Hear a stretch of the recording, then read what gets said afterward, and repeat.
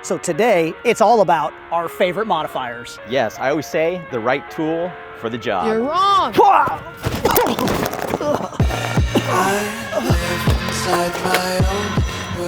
Hey, where did these come from? These aren't our favorite boxes. This is a strip box.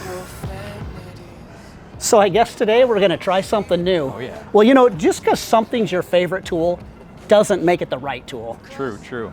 But hey, we are the Chopstick guys, and we're here with our friend Lily. In fact, you can look her up at the link there and follow her on Instagram. Definitely worth following. But we're out here using the Westcott Rapid Box Switch 1x4 strip box. It's not something we normally use, and I actually think it's probably one of the most underutilized modifiers out there today, in portrait photography at least. So today, we're gonna give you 3 ways that you can use these strip boxes to make some pretty incredible images. So let's go out there and let's make some things that make people say, wow. Wow.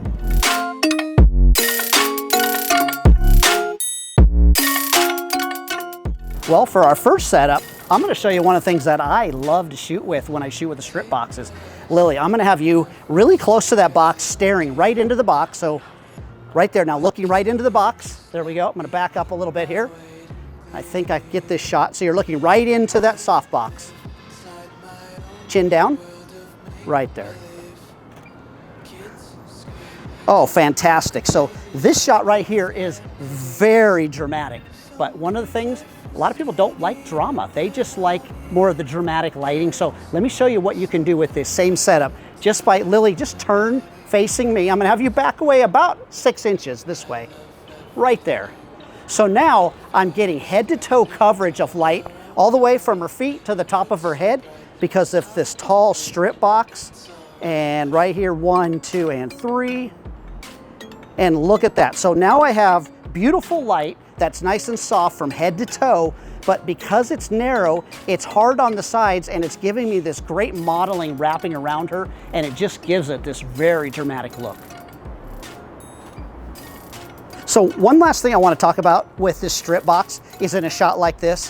What you'll notice is my background, because it's a narrow box, I'm not getting any light spilled onto the background. So if I was shooting this with an octabox, not only would I be lighting Lily, but I would be lighting up that wall behind her, and I possibly would be getting them in a very similar exposure, so I wouldn't have her standing out against that wall.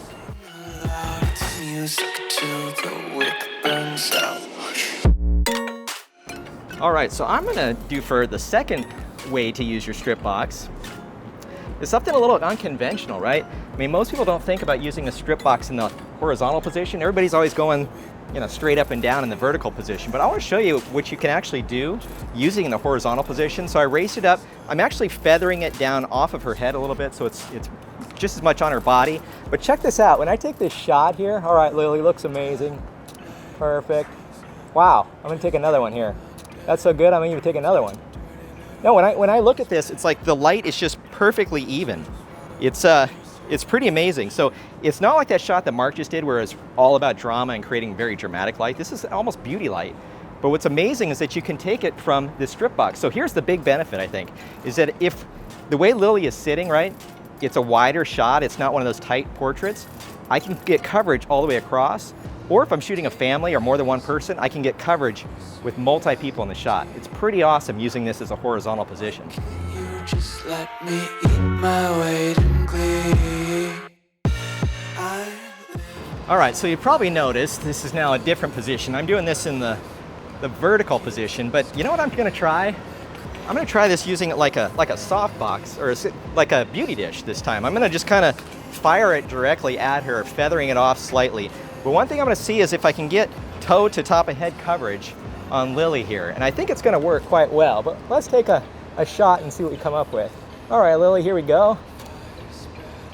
And I think I was right. It actually looks really, really good.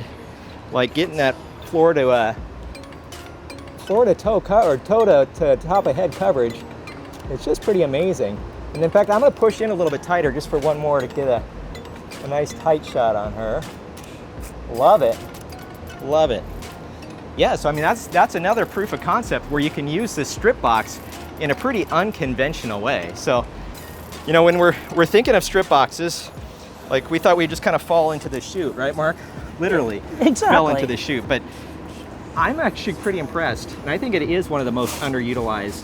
So this all came modifiers. about, we shot a workshop, and we did some shots that were very dramatic, and people immediately said, yeah, but why would I ever do that? And then we switched up the pose, and they all went, oh my goodness, I love the Yeah, light. that's that first shot that you just did today. And you and I went, let's take them outside. Like, people use them in the studio all the time. All the time. But to take it out on location, today was about what can we do with that strip box on location, and I'm pretty impressed with how versatile it is.